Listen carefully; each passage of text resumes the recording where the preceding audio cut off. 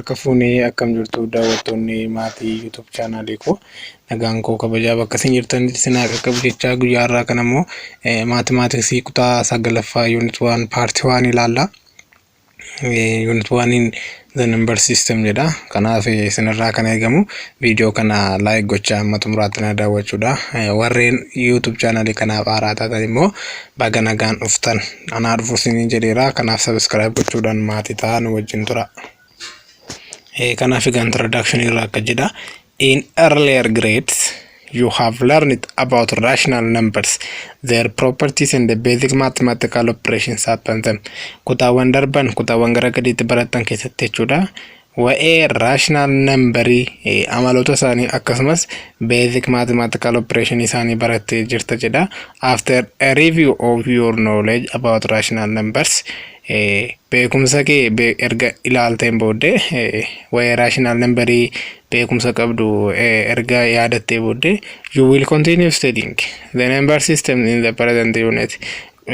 Boqonnaa kana keessatti immoo the number system kan jedhu walii wajjin barannaa itti fufna jedha. Here you will learn about rational numbers and real numbers. Kanaaf egaa wanti haaraan yoo jiraate kan si walii kan sin maasii kutaa 9 kana keessatti ilaaltanu isa sin kanaan dura baratan irraa haaraan yoo jiraate rational numberidhaaf real numberidha jechuudha. Their properties and basic operations happen them. Akkuma rational numberii kan jedha kanaas amala isaanii akkasumas basic mathematical operation isaanii in ilaaltu jechuudha. Also you will discuss some related concepts such as approximation, accuracy and scientific notation kan jedhaman kana ilaaltu jechuudha. Approximation jira, accuracy jira, scientific notation kan jedhu jira. Isaan kana ilaaltu jechuudha. Walii wajjin hin ilaalla. Kanaaf egaa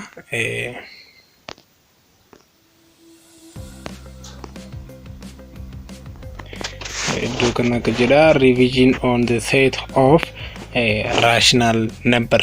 Waa'ee rational numberii revision goona seetii sanarratti jechuudha. Activity kun jira. Garuu activity kana ilaalla yoo jenne era deddeebi'uuta gara gadiis ni jira waan ta'eef bal'inaan gara gadii keessi gara gadiitti ilaalla yookiin poorsii keenya tokko tokkoon isaatiin keeyamee jira waan ta'eef kunoo kanaaf ilaallu jechuudha activity maaliif yoo isa ilaalle isa kana yeroo baran irra deddeebinu jalaata waan salphaadhas waan ta'eef. Natural numbers, integers, prime numbers and composite number kan jedhu kana jira jechuudha. Natural number, integer, prime number and composite number kan jedhudha jechuudha. Isa kana inni ilaalla jechuudha tokko tokkoon. In this subsection you will revise important facts about the sets of natural numbers. Classii kana keessatti yookiin boqonnaa kana keessatti jechuudha waa'ee natural numbers wantoota barbaachisaa ta'an ni ilaalla. Prime numbers, composite numbers and integers kan jedhu ilaalla. You have learned several facts about it in previous grade. Akkuma amma dubbannee turre gara gadiitti kana dura tuttuqnee dabarreerra yookiin barannee dabarreerra. Amma immoo bal'ina isaaniitiin iddoo itti ilaallu jechuudha. Kun ammas activity inni kunis waan nu fuuldura jiru as nutti buteen kaa'i. Kanaaf baay'ee yoo dabarreerra kun qabu garuu mee ni ilaalla. True yookiin false jedhi yookiin soba yookiin dhugaa jedhee deebisi jedha. The set 1, 2, 3 and etc describes the set of natural number. Kan amma gara fiiditti ganaa ilaaluudhaaf jirra. Kun turuudha. The set 1, 2, 3 and union of -3, -2, -1 describe the set of integers. Kun sirriidha. Gabaabumatti gara fiiditti ilaalla waan taaneef isa kana gadi siqnee ilaalla jechuudha. From your lower grade mathematics, recall that the set of natural numbers do not divide. Kuno amma asirratti ilaalla innan jedhe kuno isa kanadha. Maatii gara gadiitti yookiin kutaa 7-8faatti isaa gadiitti jechuudha. Warreen kana barattee jirta jedha. Natural numberiin lakkoofsa tokkorraa ka'a jechuudha. Kana namni hundumtuu beeka jedhee namana. akkasumas whole numberiin denoted by w dhaan bakka bu'a jechuudha. Whole numberiin inni immoo 0 irraa jalqaba jechuudha. Lakkoofsa hundaa lakkoofsa lakkaa'uu jettanii isa baratan jechuudha. Natural number lakkoofsa lakkaa'uu yoo ta'u, whole numberiin immoo lakkoofsa hundaa jedhama ture afaan Oromootiin. The sets of integer denoted by z. Integer dhumadha. Described by negative positive include godhe union godhe kan argamudha jechuudha. Gabaabamatti kana fakkaatu argani. Given two natural numbers m and p, m is called a multiple of p if there is a natural number q such that m is equals to p times q. Egaan natural number lama yoo jiraatan m fi p, m maal jedhama? Multiple of p. Baay'ataa p jechuudha. Akkasumas natural number q wajjin goda kanatti kunoo sirriitti ka'ee jira. In this case p is called a factor or divisor of m. Baay'ataa walitti baay'ate kan m kennu jechuudha. p ni factoryidha. Hermaataa isaati. We also say m is divisible by p. Akkas jechuu dandeenya. m p dhaaf hirama jechuu dandeenya. Similarly q is also factor or divisor of m. Aluma fakkaatuun q nis hirama m jechuudha. m is divisible by q. m q dhaaf hirama jechuu dandeenya jechuudha.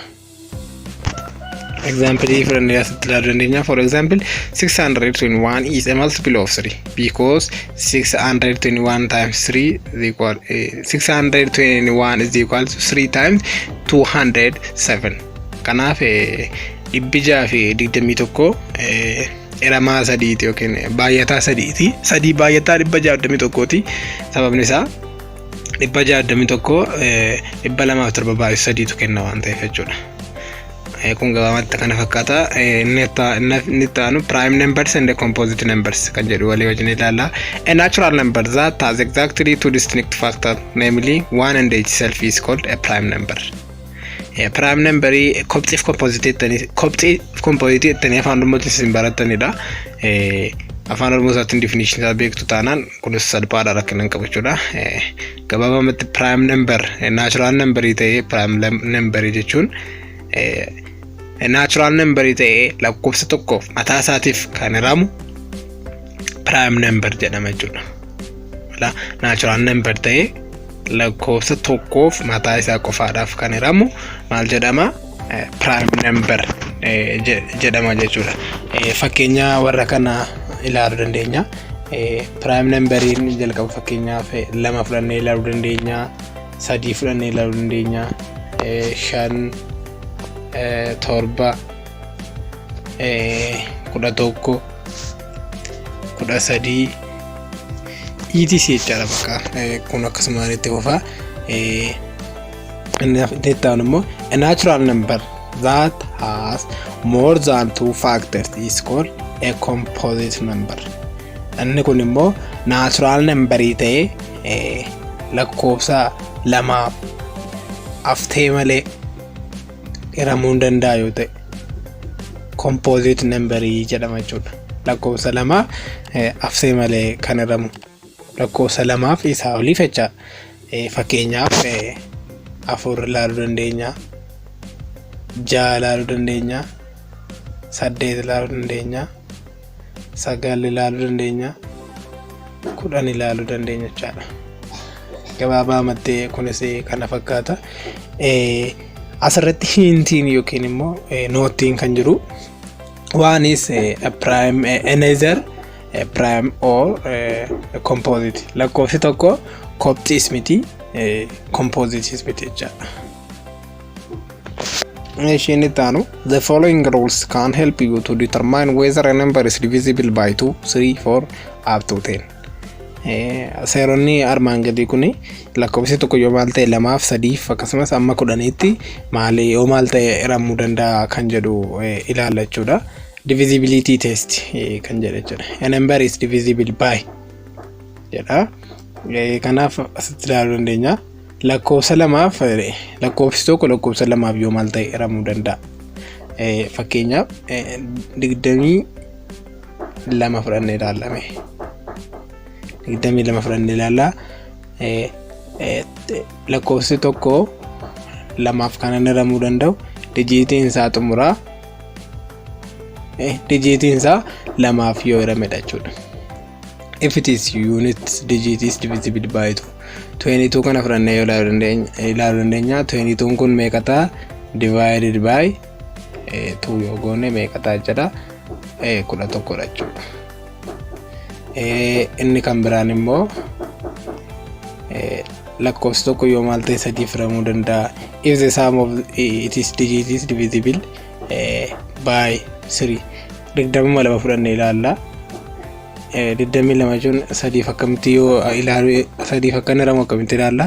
2 ida'u 2 jenna jechuudha. Maaliif dijiitii isaa sana lamaa walitti daanee akka inni sadiif hiramu ilaalla jechaadha. 2 ida'u 2 kun 4dha. 4 sadiif hin hirama jechuudha. Kanaaf malta 22 sadiif hin hiramu jechaadha. Lakkoofsa biraa fudhannee ilaalla jechuudha. Fakkeenyaaf 24 fudhannee ilaalla. 24 jechuun 2 ida'uu 4 jechuudha. Dijiitii isaanii walitti daana waan ta'eedhaaf 2 ida'uu 4 hiruu 3. 2 ida'uu 4 jechuun 6dha. 6 irra 3 meeqa ta'a jechaadha? 2 jechuudha. Kanaaf inni hirama jechuudha. Gabaabamatti lakkoofsi tokko sadiif hiramuusaa adda baasuudha. Dijiitii lakkoofsotichaa adda baasnee walitti daana jechaadha. Kanaaf 24 iddoo kanatti sadiif inni hirama jennee bira darbuu dandeenya. Lakkoofsi tokko immoo yoo maal ta'e afuriif hirama. If the number formed by its last 2 digits is divisible by 4. Kana immoo baay'isnee fudhachuu dirqama nuti ta'a dijiitii lakkoofsotichaa. Fakkeenyaaf kuma maal jennee ilaaluu dandeenya. 2,200